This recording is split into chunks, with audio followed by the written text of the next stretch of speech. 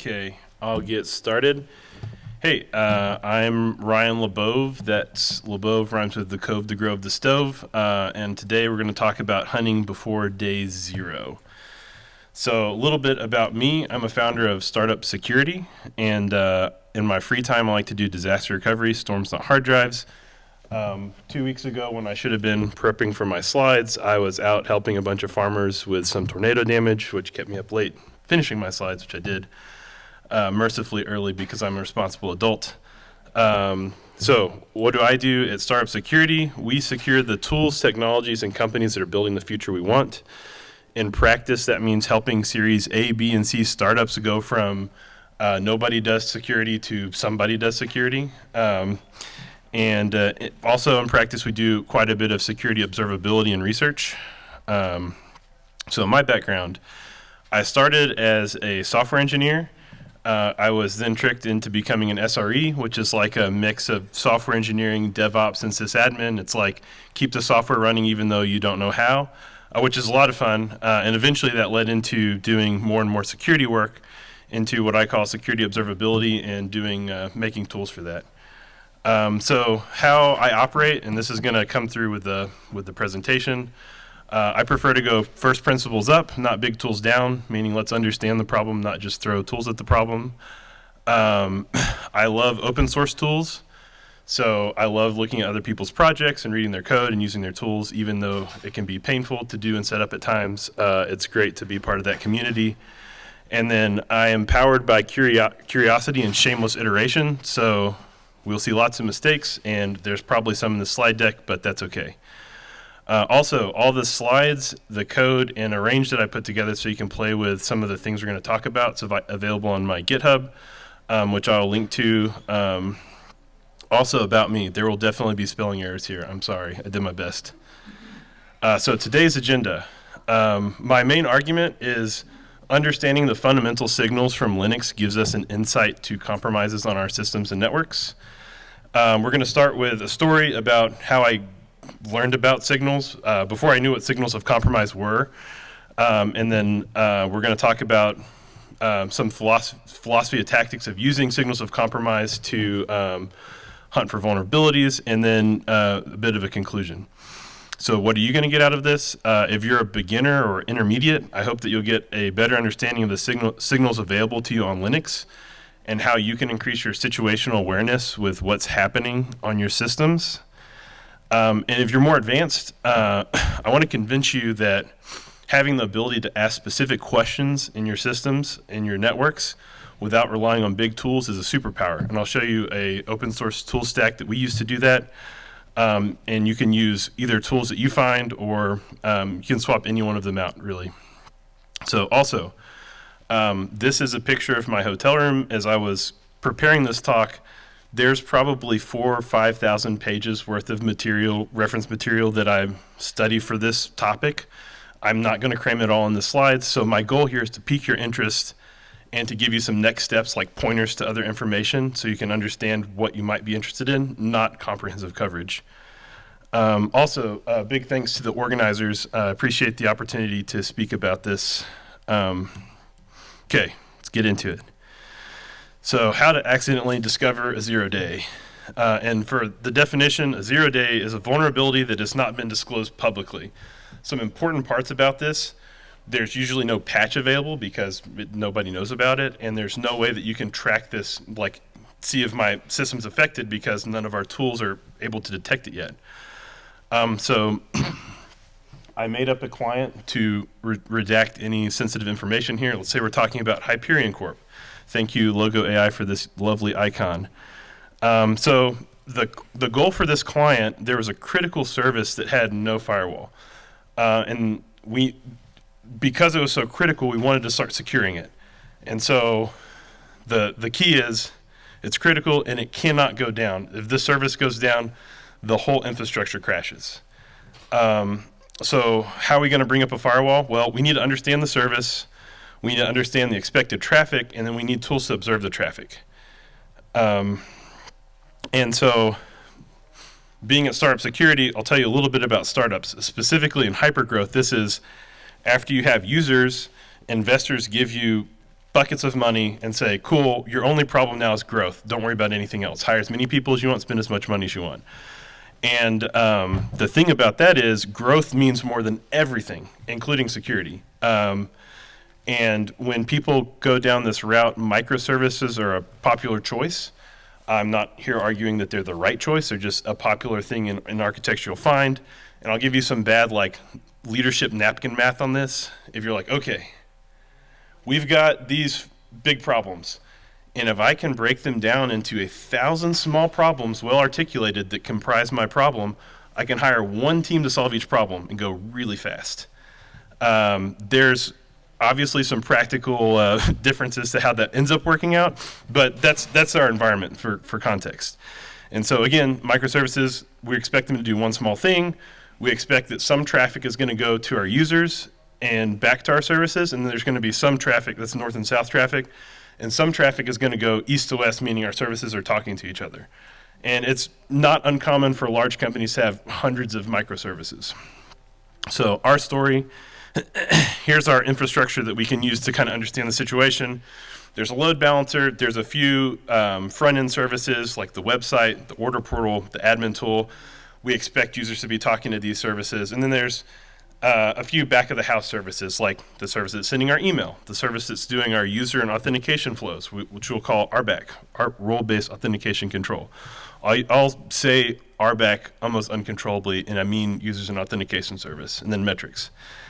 So again, let's understand the traffic that we should expect to see when we're bringing up this firewall.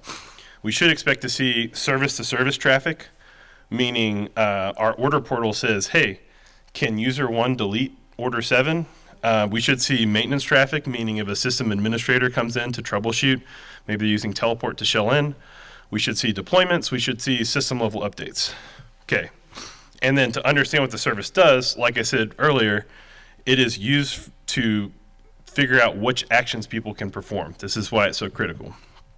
And then behind the scenes, there's a Go service that operates some business logic, and the data store is a key value store. This was Redis, and so think about the key being your user ID and the value being what actions you can perform. And then there's some database source of truth underneath it. And so, again, we're expecting to see network calls that look like this. Other services trying to authorize actions. In reality, instead of returning this, we might return a token. But okay, so also let's think about what could happen if this service is compromised.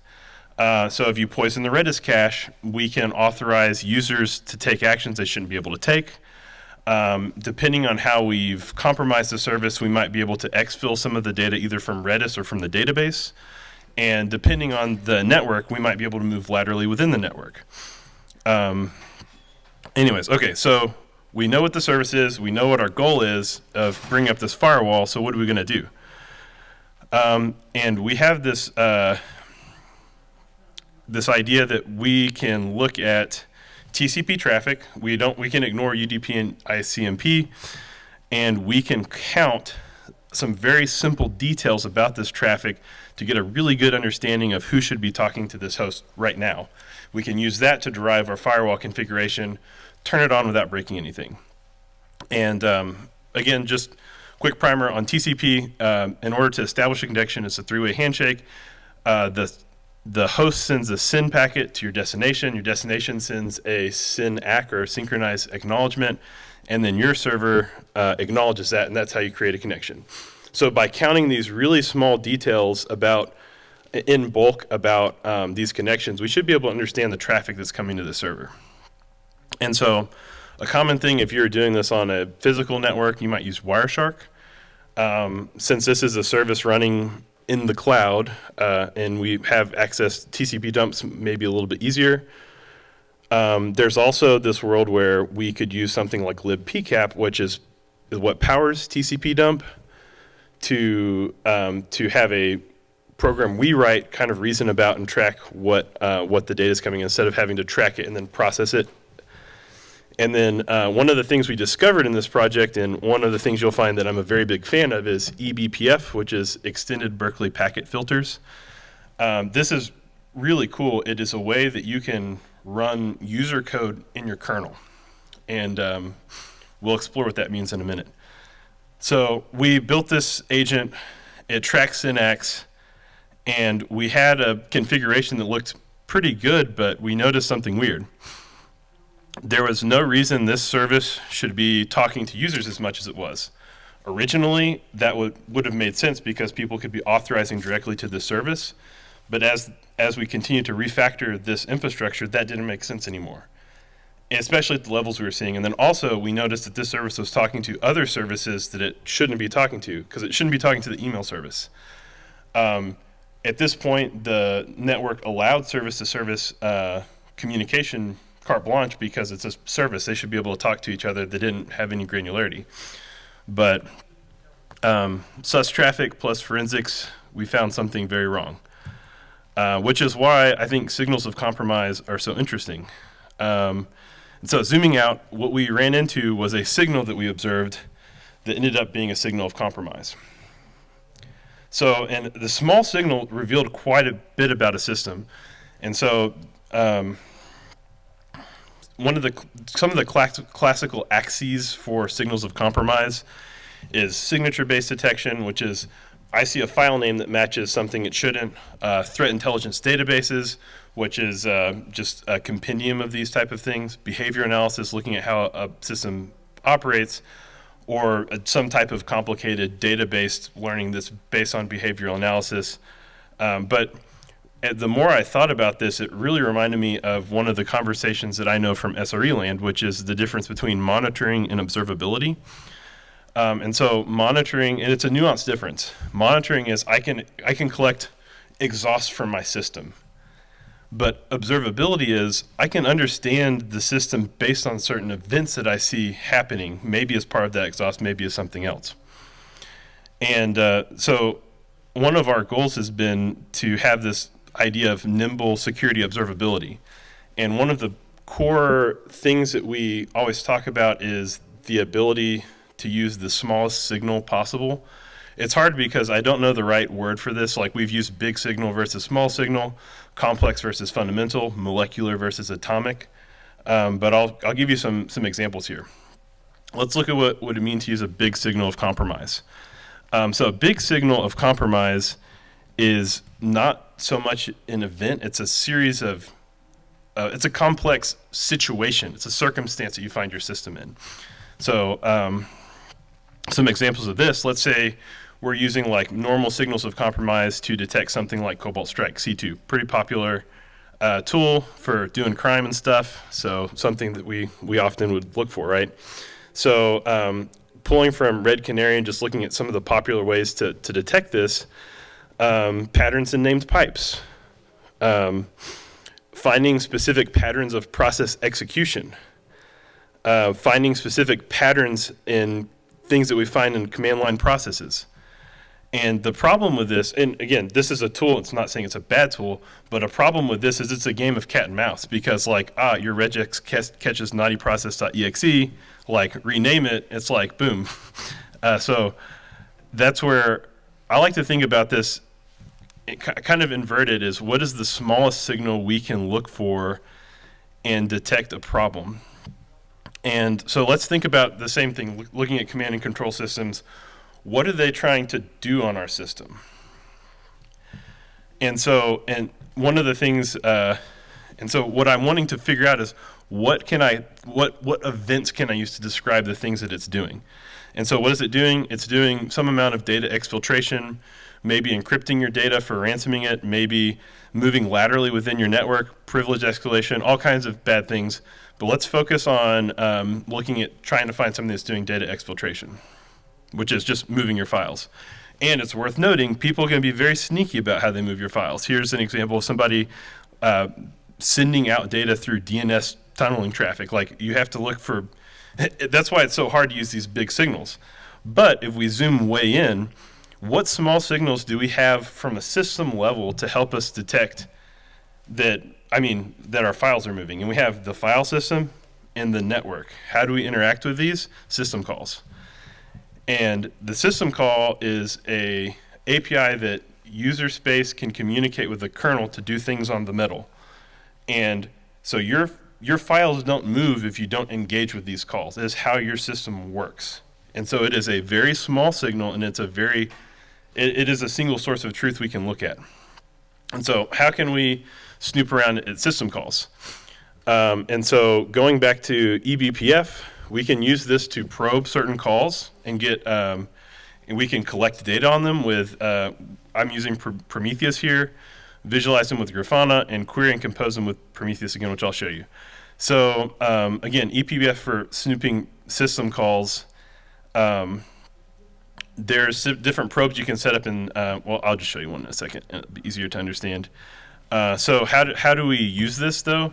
We're going to write a small C program, going to compile the program into bytecode. We're going to load it into whatever tool chain we usually write programs in, maybe Python or Go. We're going to process the data, and we're going to clean up. And again, here in this, I'm using Prometheus for observability into these things. It's what a lot of our companies already use for observability in general, so it's just a tool chain we have. You can swap it out with whatever type of observability tool you're using. And Grafana, which you'll hear me mention several times, has a direct integration to Prometheus, so we can graph and alert on things that we find.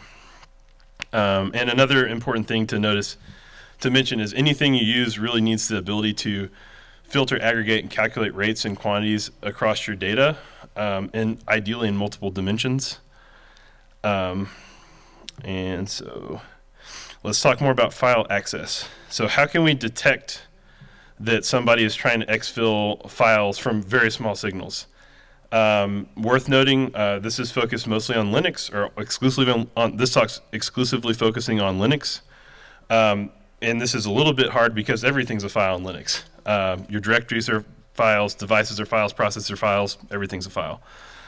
So we have to take that into account. But if somebody wants to move your files with data in them, what are they going to have to do? So here is all the system level calls, which I'm going to read through in excruciating detail. Just kidding. But so there's lots of system calls involved in this.